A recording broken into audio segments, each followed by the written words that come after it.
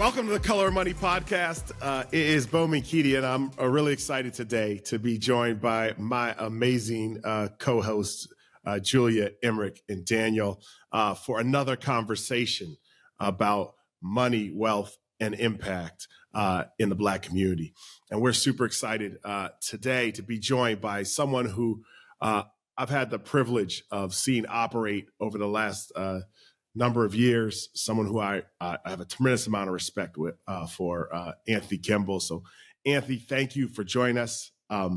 Anthony's a recognized leader in the Baton Rouge community.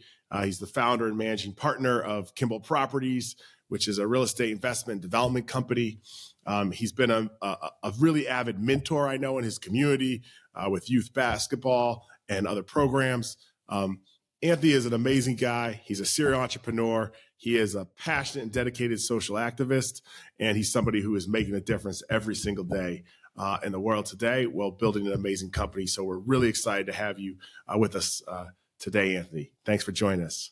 Appreciate y'all having me on today. All right. I always just like to kick it off, with some of our guests about just how you got into the business that you're in today, and how'd you end up focused in the community that you're focused in? Real estate kind of found me in a sense of I was 24, 25, working in Accenture in the corporate world, and I bought through like the guidance of my mother. I purchased my first property, inner city property. I think I paid like $11,000 for this property. Between myself, my mom's construction team at the time, we rehabbed the property, and we rented the property out for a year. And, had a tenant, kind of low income tenant. And just that property taught me so much about like people, the impact housing has on them. I eventually had to evict this tenant, so it just taught me a lot. And it really also just showed me the impact that producing like a healthy environment for like a family, like what impact that could have on them. Learned a lot of lessons from that first property. And I've been around real estate most of my life. While I was in college, my parents had became real estate investors and also agents. And while I was in Stanford in undergrad, I worked in private equity and an asset management firm that did real estate. So from there, one, I saw the impact real estate can have. And then when I left Accenture, I was working for the sports agency that managed a couple of my close friends that I grew up with. And like a lot of athletes, professional athletes, these guys would get offered all kind of just business deals. Let's, open a record label, nightclub, invest in this, invest in that. And when I started to scale in real estate, it really was to keep a lot of these guys and get them into just good business deals, or just not deals that were so risky. Instead of like opening the club or opening the restaurant, hey, what do you think about just buying a building and finding a tenant, or buying some houses and finding some tenants? It was the product that I knew best because I had some knowledge of how real estate worked and investing in real estate, to be able to de-risk and not do some things that we didn't have as much knowledge of. So you come from this background, which I always find fascinating about you, Anthony, is because when I see the way you move and the way you engage, it comes to me almost like, you're leading a movement on the ground. Yet you come from a background and a set of experiences that are fairly corporate and elite in nature. And, it would have been probably pretty easy to pursue your real estate career in a more corporate environment, or a more, to go work at a private equity firm or do something like that. Talk to me a little bit about how you found yourself doing the type of real estate investing you're doing today. I always tell people, one, about myself. I've seen both sides of the tracks. Neither one of my parents graduated from college. I'm an only child, but my parents always really worked their butt off to put me in the best situation. So like, I understood that like, hey, my parents couldn't pay for college and stuff. So like, I had to do my best academically, do my best athletically to like be able to achieve the things that I wanted to achieve. And, my parents put me in the right environments, and I truly made the most of it. So, that's one thing, talking about working in like the private equity world. So, sometimes, I look at him like, well, why didn't I take that route? Because, well, as with some of the work we do with some of the neighbors we're in, it's tough. But, I was blessed to live in Chicago, spend some time in Miami, spend some time in Houston. And I was seeing a very common theme of like these inner city Black communities near downtown that were being gentrified. You know what I mean? Typically, they had some of the same characteristics. Where a freeway had been built through them, the fabric of the community had been destroyed because of some of these things, such as redlining and things like that. So when I decided that I was going to come back home to Baton Rouge and New Orleans, where our portfolios at, I looked at some of the things I had seen around the country and then tried to identify neighborhoods that I thought some of these things were going to happen.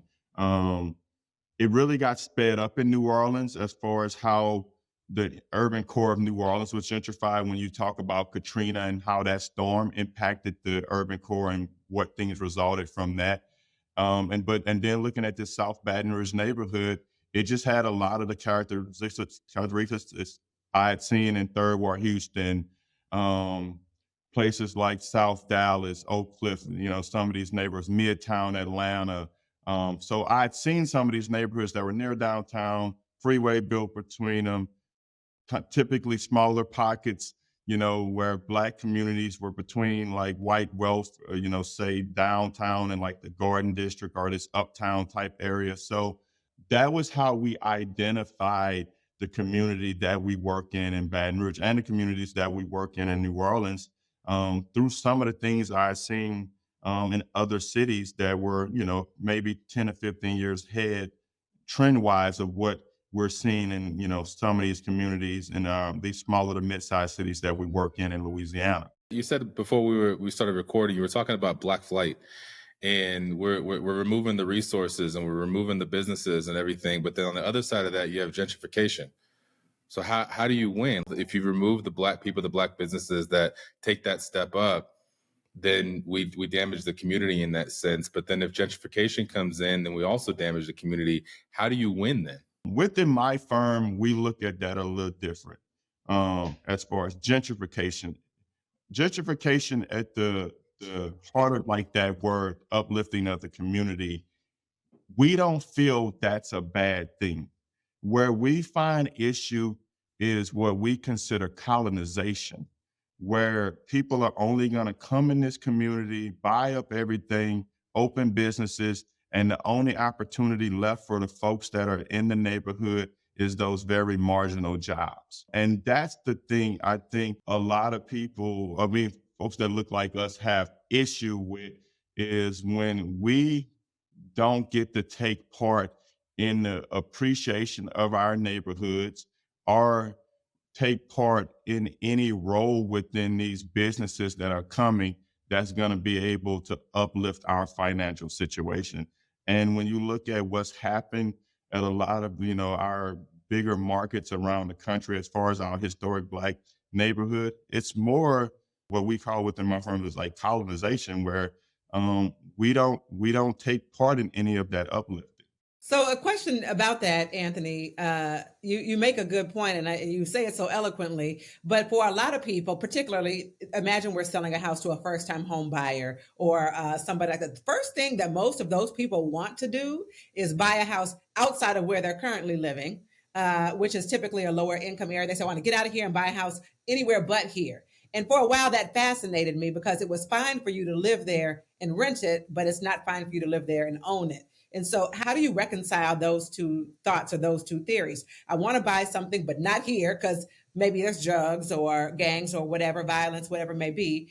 And people would live there renting, but they would not want to buy there. It's a very complicated question because until cities are comfortable disproportionately spending in Black communities versus the suburbs, where the problem is going to kind of continue being the same. If you're like, these low income neighbors are here, the suburbs are here, we've disproportionately spent over the last 60 or 70 years on these suburban and white communities, but we still want to keep the spending equal. It's just going to keep moving like this. I think the other piece of that, Julia, is those that have kids is you're chasing school districts. And unfortunately, where you're trying to rebuild these communities, the schools aren't the best. So even if you wanted to buy in the same neighborhood, you're going to be staying in that education system that you want better for your children anyway. So it's almost like we got to start with the schools and then start building the communities around the education and infrastructure piece before you get to the single family home reconstruction and such. And that's deep, Daniel. It's something that we have to take a look at when we start taking a look at ownership and what ownership really means. And I want us to wrap our brain around this, right? Property taxes. We do have this slight where they just have not invested, even where they were primarily home ownership communities.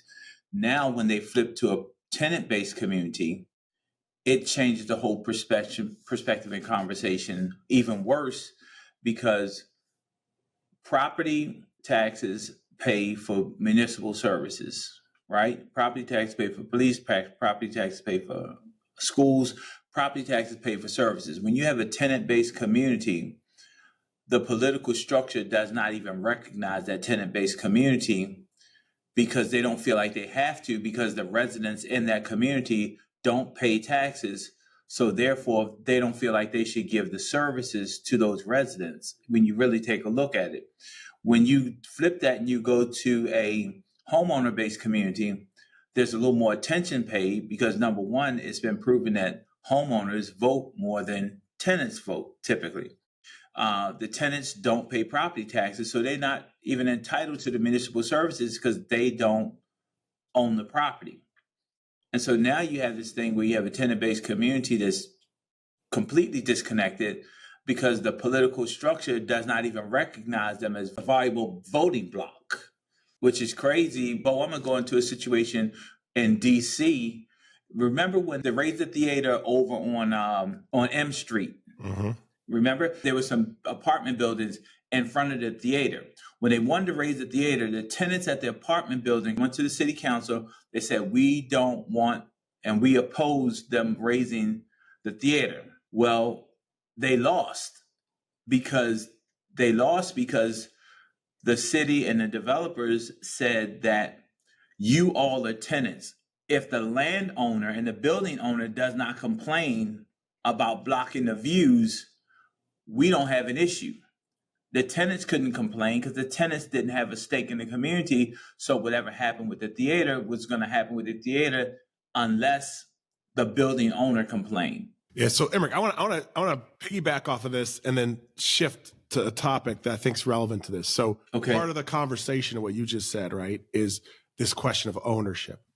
And we just talked about, and I think, it's what I love about Anthony is this broader global perspective of the systems at work that are creating the societal issues that we see, right? Right. And we as a people can sometimes be really thoughtful about that. But the flip side of that, which I think, Anthony, that you've been doing is saying, okay, great. So how can I show up in a way that I actually do have standing? And how can the historical things that have been used to oppress me create a business opportunity? Right. So how is the freeway existing in this place that was used to divide a potential opportunity to turn that whole system on its head, moving in the other direction? And I think that's the heart of your business. And so I'd be really interested to think about this in light of what Emmerich's talking about, like having agency. If we are outside, if we're just outside observing, commenting, throwing our 2 cents at the wall about what's happening to us versus saying, okay, that creates a stream of information, a stream of activity that may times not actually be in our interest. But if I understand the flow and the direction of something, I have an opportunity to insert and be an actor in it. And I think that's what you've done. And so I'm really interested in this idea of, okay, so you told us about all this stuff that's happening that's negative. So what are you actually doing, and how does that create a business opportunity for Kimble Properties? I'll start before I talk about what we are doing with talking about one thing that was important for me And the reality in a lot of these neighborhoods that these once were thriving communities. Let's start there. Yep.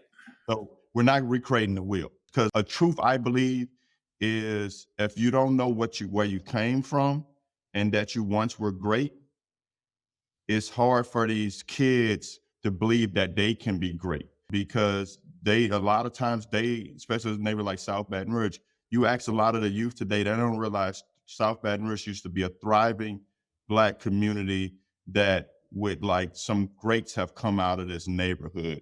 So that's one thing for us for me, first, when I came back to this community, was connecting with my elders, and understanding the dynamics of what this neighborhood once was, the greatness, what happened, and then it allowed like me to be able to formulate a plan of like what we were going to be looking to do. And one thing that was then important for the work we're doing here is to be present. My business is in South Baton Rouge. The home I'm in Baton Rouge, is literally 2 blocks from my business, right on one of the main thoroughfares, because I wanted to be present here and understand all of the dynamics of this neighborhood. And one, with putting my business here, I wanted people to be able to see that you could have a business and thrive.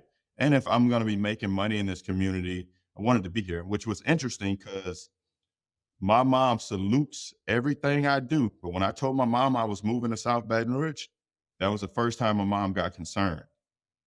You sure you want to live over there? You know, you're about to have you're about to have my grandbaby. Like, it was a concern. And it was a real conversation that I had to have with my mom. I love my mom to death, one of my best friends, and I'd be like, well, Mom, this is what we're doing. I need to be present, because the reality with what we're doing, we're doing residential development, we're doing commercial development, but how I truly change the dynamic of this neighborhood, if I can get folks like everyone on this podcast to be willing to move in South Baton Rouge, that's how we truly change South Baton Rouge.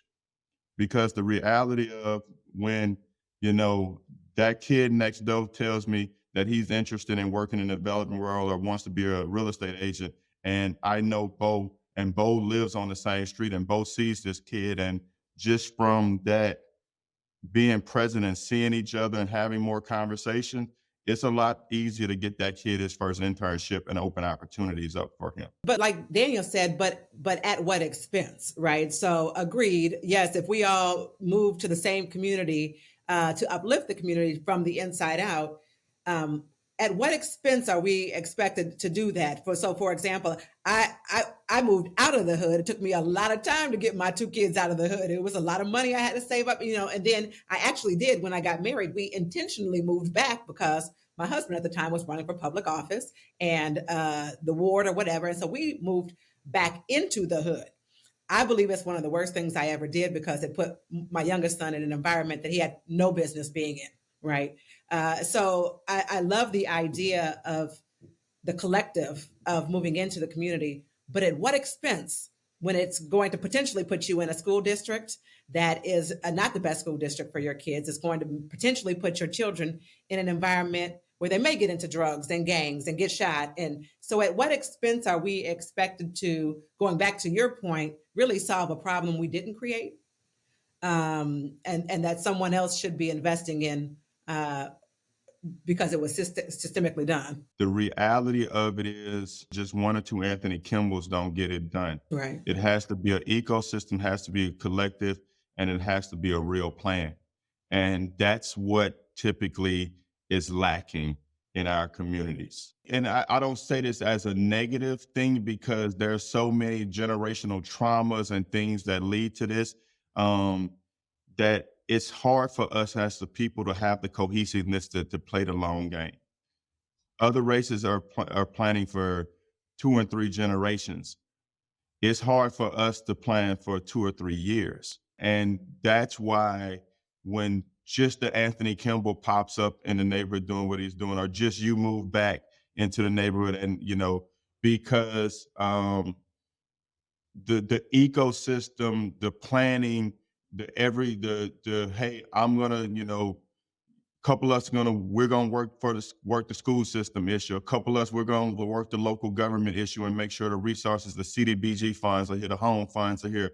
A couple of us, we're tied in with the police force, and we're gonna, work and make sure, that we're starting a crime district or economic district where we can have, surveillance and, cops in our neighborhood, and that we're hiring within. We typically, as a people, don't have the resources and the cohesiveness to do that. And that's what makes it tough.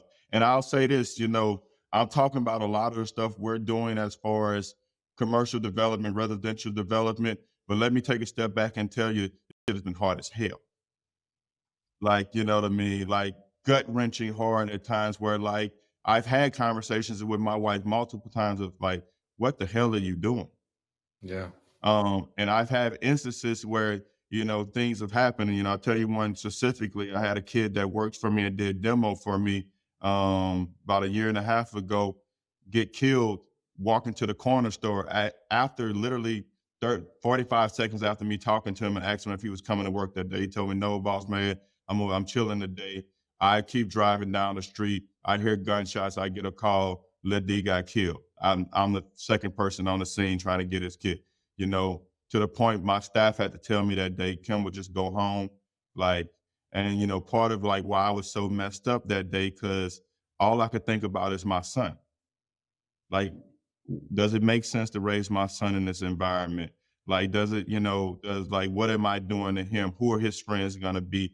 To the point I couldn't, I just couldn't operate that day, and I just had to go home. And, what keeps me here is one of the things is that I know with my background, Stanford, Tulane grad school, knowing people like Bo, knowing people in Silicon Valley, that like what I can bring into this neighborhood just from a pure capital sense is very rare. And that if I don't do it, probably no one will. Because being from this city with the connections I have, not many that look like me have it and that are willing to take the financial risk and the years of, like, I know I could be at a private equity firm making hundreds of thousands of millions of dollars right now. And I'm willing to sacrifice that for the greater good of my community. And I don't know if that's right or wrong. I don't know if I'm purely crazy for doing that. But I know if I'm not willing to do it, then who has that opportunity?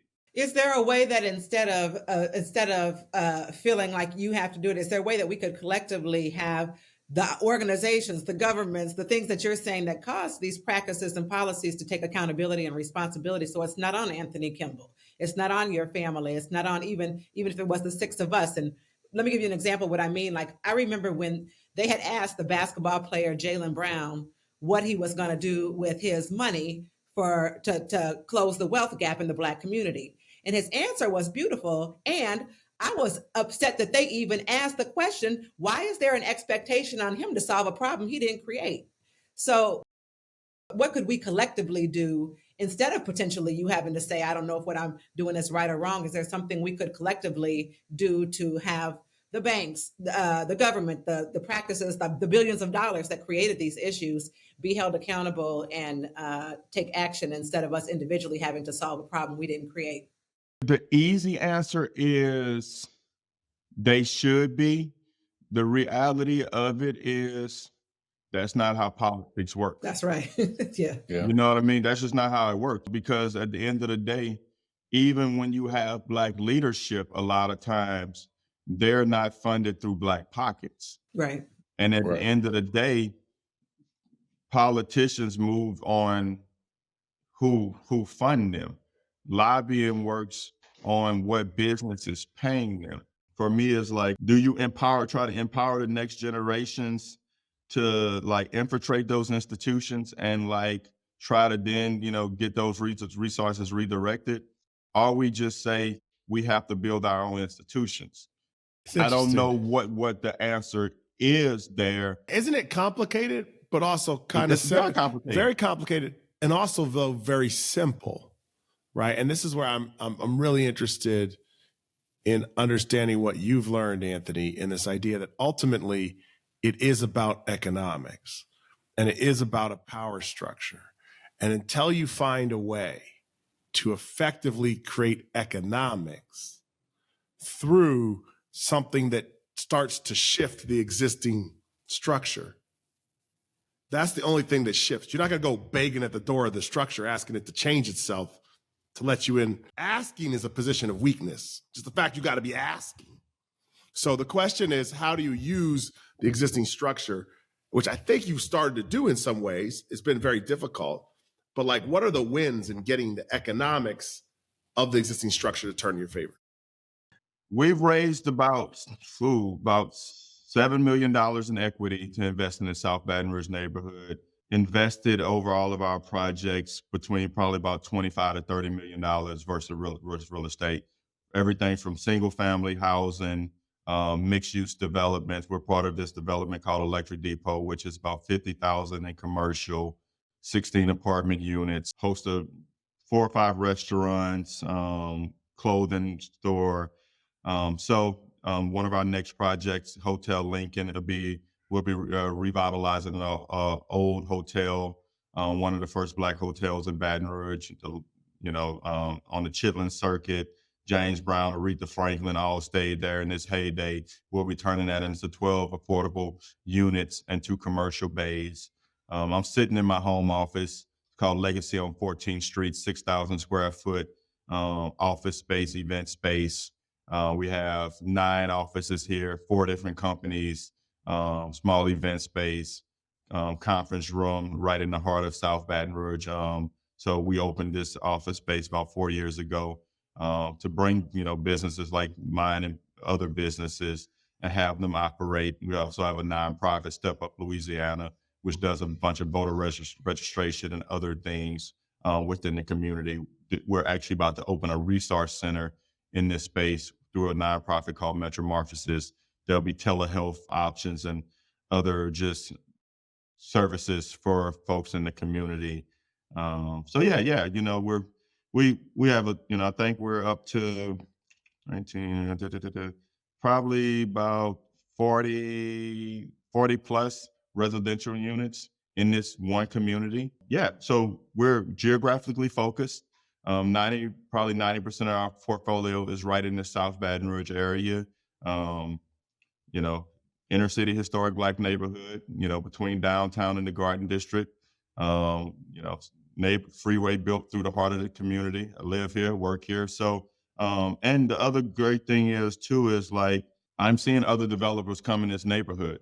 We just had a huge road diet on Government Street where the state redid, put the bike lanes and stuff, and the other major thoroughfare through the neighborhood. Terrace is about to get a $10 million refresh where they'll have bike lanes, new lighting, and stuff like that. So, I tell people we're probably, if we're talking about a 9-inning baseball game, we're probably in about the 3rd or 4th inning. But you're starting to see a real transition within this community. Through all of your community work, your philanthropic work, and this service, is it an avenue to make money? Can you do good and make money at the same time? Yeah, you can. Okay.